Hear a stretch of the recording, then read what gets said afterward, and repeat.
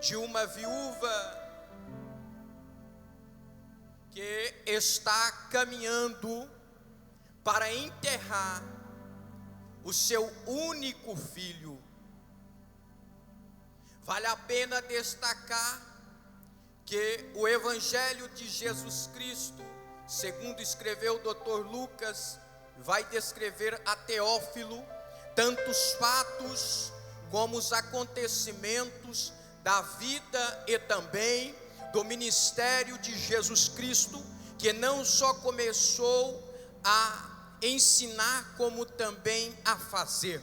Por onde Jesus passava, cego via, surdo ouvia, mudos falavam, paralíticos saltavam, mortos eram ressuscitados, e o Evangelho era anunciado aos povos.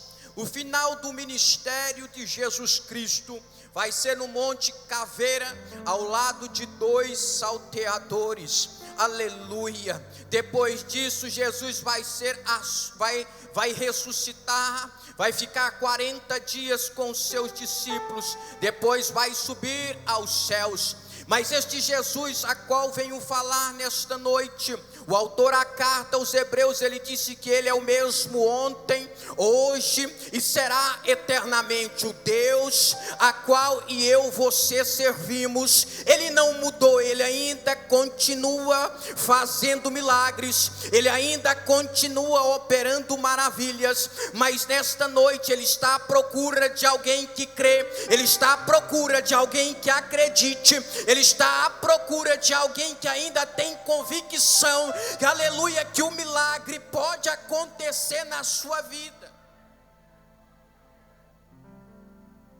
Esta mulher, irmãos, ela está perdendo o seu filho. E se tem algo que bate na porta da nossa casa que não avisa o dia, se chama a morte.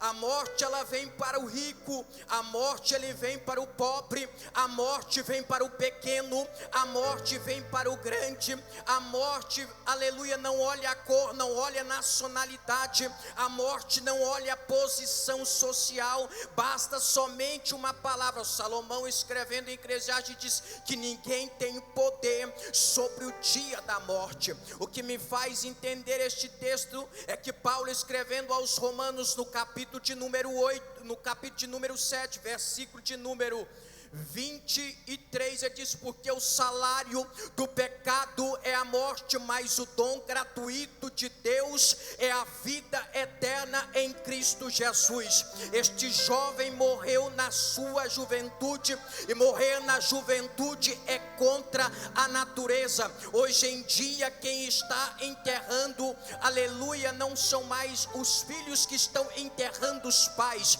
são os pais que estão enterrando os filhos. Este jovem está caminhando, irmãos, aleluia, ele está morto, mas a Bíblia nos diz que o salário do pecado é a morte, o dom gratuito de Deus é a vida eterna em Cristo Jesus. Ou seja, Deus não te fez para morrer, mas sim para viver na presença dEle, e quem tem Jesus tem vida, e vida com abundância.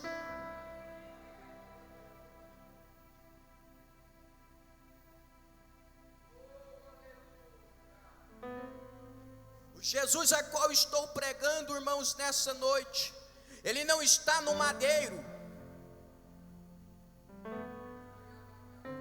ele está aqui nessa noite. O Jesus a qual estou falando para você, ele não é de barro, ele não está pintado em um quadro triste, não. Ele já ressuscitou, está no nosso meio.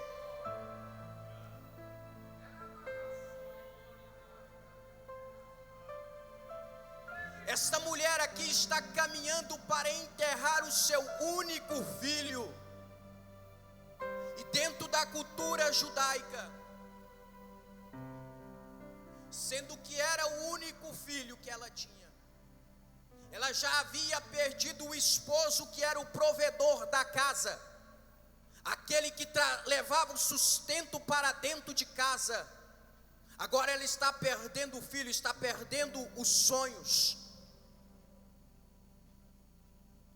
está perdendo aquele que ia assumir o controle.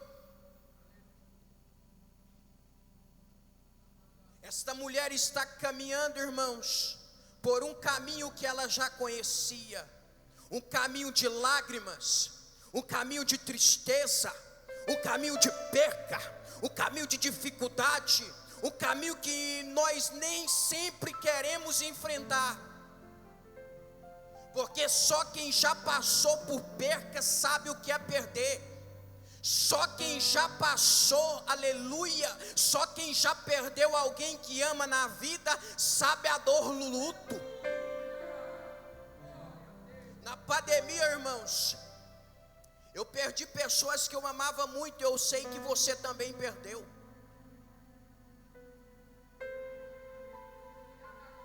Só dentro da minha casa eu perdi 3 pessoas. E o Senhor disse que ia recolher todas as 3.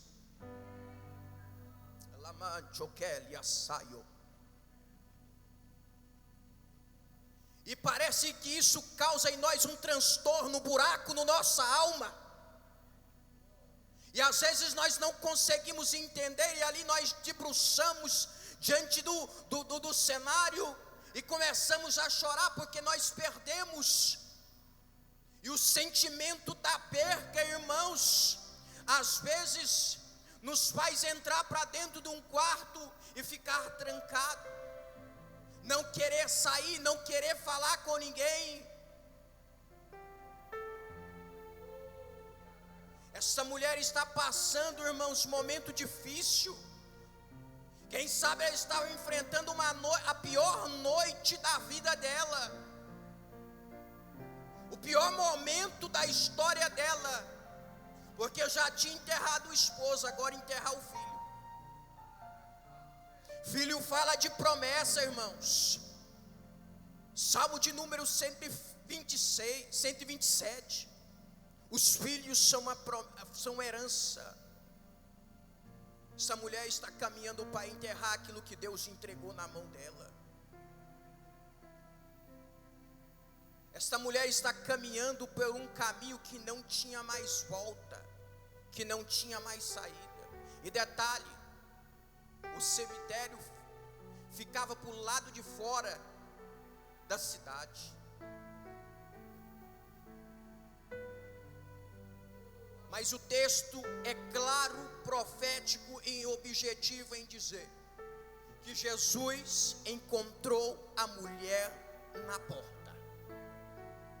Esta mulher está caminhando para uma porta que iria se fechar para a vida dela. Esta mulher está caminhando por um caminho, por uma porta que iria se fechar. Mas antes que a porta se fechasse, Jesus encontrou aquela mulher na porta. Apocalipse capítulo de número 3. Eis que pus diante de ti a chave de Davi, que abre e ninguém fecha, que fecha e ninguém abre. Aleluia.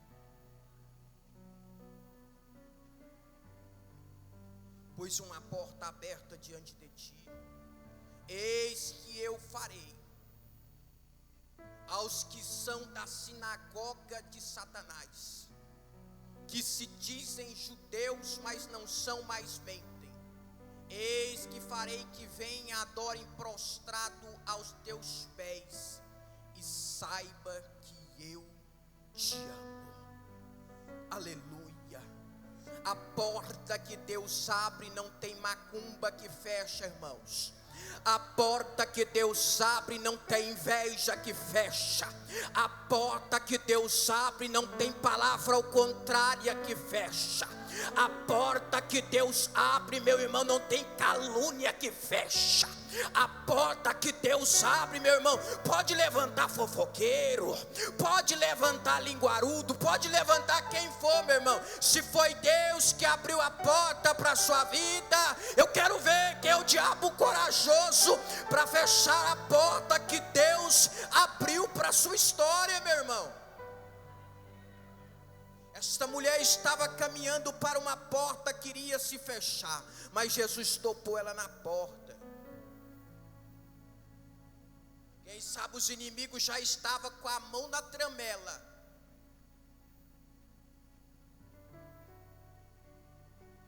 Para trancar a porta. Mas Jesus topou ela na porta.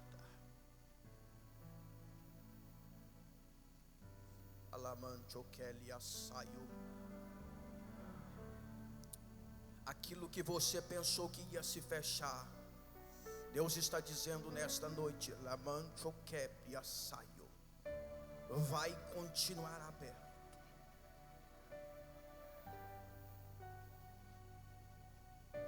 Quando Jesus chega, irmão, Jesus olha para aquela mulher, ele está triste.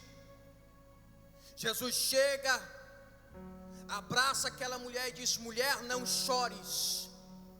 E só tem o poder para dizer para alguém: não chores, quem tem o poder de mudar a história, irmãos. Já foi num culto fúnebre, você chega e todo mundo está chorando, e a única palavra que você tem para dizer para a pessoa é assim: traga os bons momentos que vocês viveram juntos. É uma palavra de conforto. Mas Jesus vai chegar aqui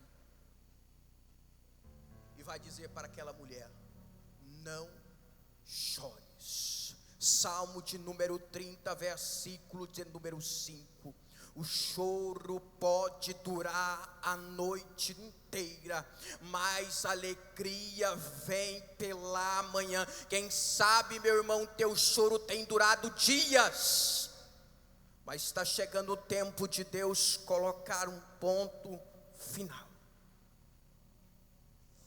Aleluia. A Bíblia nos diz que Jesus então, ele vai chegando, ele toca no esquife, e segundo a tradição judaica, o judeu não podia tocar naquele caixão. Mas Jesus tocando, Jesus está quebrando o protocolo. Quando Jesus toca, Jesus disse: menino, a ti digo, levanta-te. A Bíblia diz que o jovem logo, imediatamente, levantou-se e começou a falar.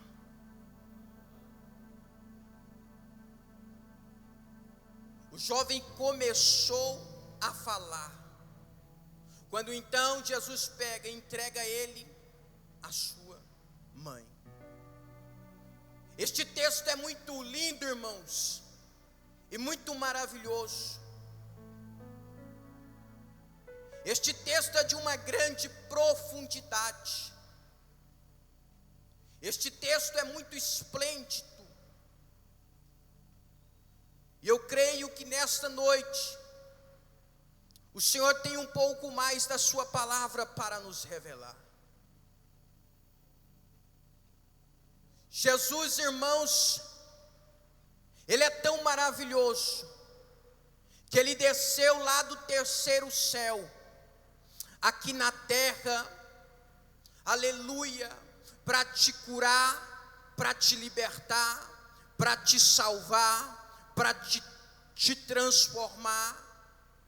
Jesus é tão maravilhoso, irmãos, que mesmo eu e você não merecendo o seu grande amor, estando nós ainda mortos nos nossos delitos e pecados, a Bíblia diz que Ele nos amou. Este jovem estava morto, irmãos. Existem muitas pessoas que estão mortas. Existem muitos que já não sonham mais os sonhos de Deus. Existem muitos que já não acreditam mais nas promessas de Deus. Existem muitas pessoas que entraram aqui nessa noite e estão vivendo como mortos. Estão bem vestidos, porque eu nunca vi um defunto mal vestido, pastor. Toda vez que eu vou num velório, o defunto está bem vestido. E bem vestido. Mas quem morre, irmãos, deixa de sonhar.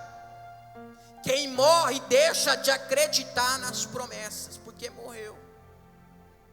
Tem muitas pessoas que estão aqui nessa noite, estão mortas. Deixou de acreditar nas promessas de Deus. Mas nessa noite o Senhor me trouxe aqui para dizer para você que é preciso você voltar a acreditar nos sonhos e nas promessas dele para a sua vida. Oséias capítulo de número 6, ele disse: conheçamos e prossigamos em conhecer o Senhor. Aleluia. Você precisa conhecer um pouco mais de Deus. Você tem conhecido pouco do Senhor, e por esse conhecer pouco de Deus, você tem se sentido morto espiritualmente, fraco espiritualmente. Porque quem conhece pouco de Deus não tem vida, pastor. Quem conhece pouco de Deus não tem vida, espiritualmente falando, não tem. Jesus quer que você tenha vida na presença dele. Jesus quer que você chegue aqui e sinta a presença dele. Jesus quer que você chegue aqui, quando os louvores estiver sendo entoados, você sinta a presença dele. Jesus quer que quando você chegue aqui e ouça a palavra, você tenha vida e vida na presença dele. Isto aqui não é shopping center que você vem para mostrar a roupa que você tem, o sapato que você tem, o iPhone que você tem. Isso aqui é templo, isso aqui é casa de Deus. O Senhor não mudou, Deus ainda continua sendo o mesmo. O problema é que tem muita gente morta no meio da igreja.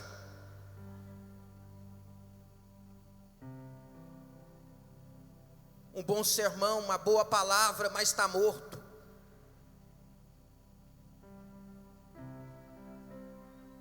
Tem dinheiro, tem tudo, muitas das vezes, mas está morto espiritualmente.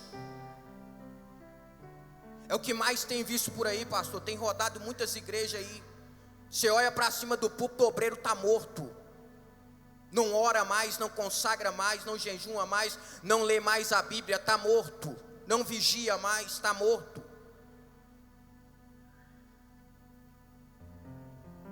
Por causa do pecado, irmãos.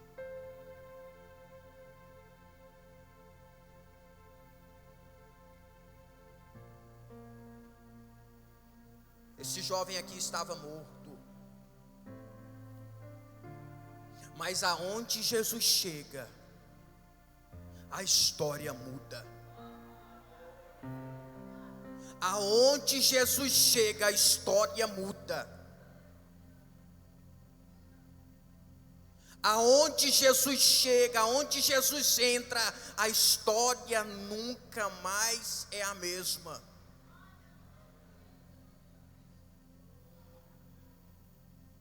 Essa mulher já não tinha mais perspectiva de vida, irmãos. Tinha mais perspectiva de sonhar. Mas Jesus encontrou ela. Não foi ela que encontrou com Jesus, foi Jesus que encontrou com ela. E detalhe, o texto diz que havia duas multidões. A multidão que está caminhando com Jesus está caminhando com o dono da vida. Mas a multidão que está caminhando com esta mulher é uma multidão que está caminhando com o dono da morte. A multidão que está caminhando com Jesus está louvando a vida, Mas a multidão que está caminhando com esta mulher está louvando a morte.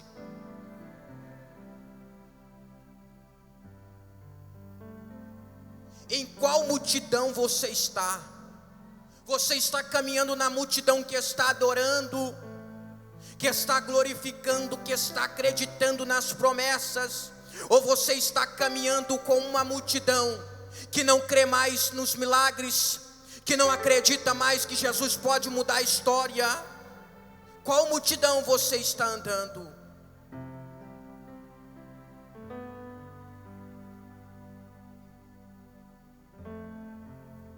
Qual multidão você se encontra nessa noite?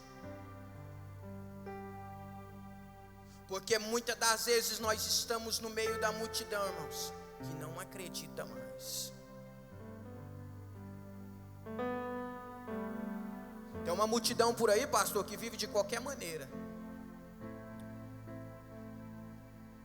Ele vive na casa de Deus de qualquer maneira. Você pegar o telefone dele, só o sangue do Cordeiro. Nome do telefone